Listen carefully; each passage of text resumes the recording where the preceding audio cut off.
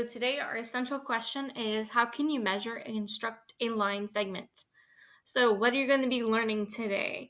You're going to be learning how to use the Euler postulate, how to copy segments and compare segments for congruence, and use the segment addition postulate. So the Euler postulate says that the points on a line can be matched 1-to-1 with real numbers. The real number that responds to a point is the coordinate of the point. The distance between points A and B, as you can see right here, is written as AB, and it's the absolute value, that's what the bars are, which is the difference of the coordinates of A and B. So basically you're just subtracting the two coordinates. Right, so our first question says, measure the length of S and T to the nearest tenth of a centimeter. So I put the ruler up to here, and you can see that it is going from 0 to this point right here. And so when you subtract those two, you're going to get 3.4 centimeters long. So I just used the Euler postulate. Core segment, congruent segments, sorry. A line segment that has the same length is called congruent segments. You can say that the length of AB is equal to the length of CD, or you can say that AB is congruent to CD. The symbol that they show right here looks like an equal sign with a little squiggly above it, means is congruent to. So you can say that lengths AB is equal to CD, or you can say that the segment AB is congruent to segment CD.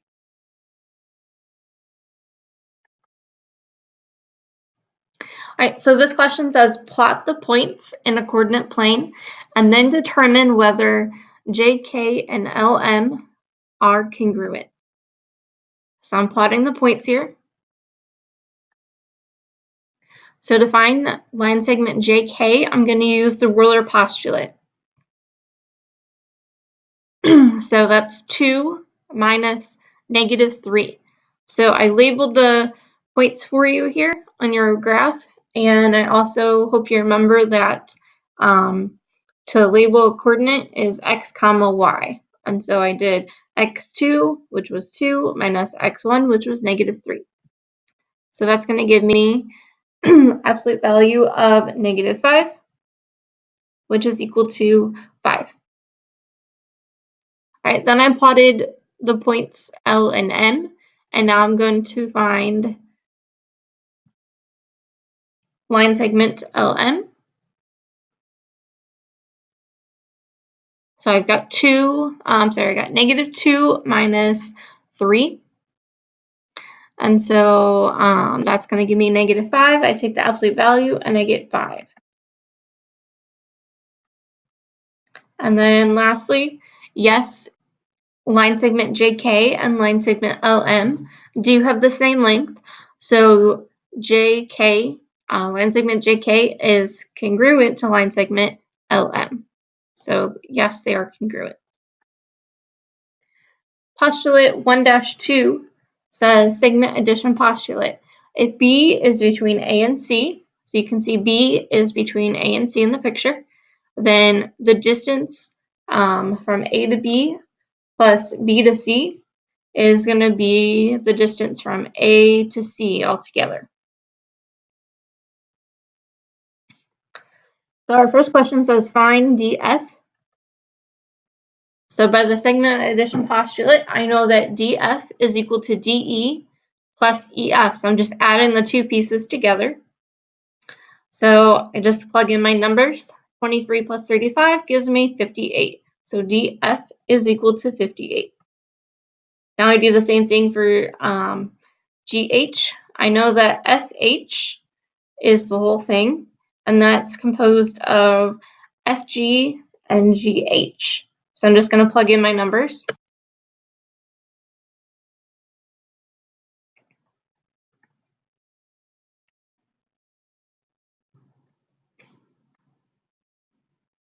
And when I do that, I get 36 equals 21 plus GH. Now, how am I going to solve for GH? I need to subtract 21 from both sides. That's going to give me 15 for GH.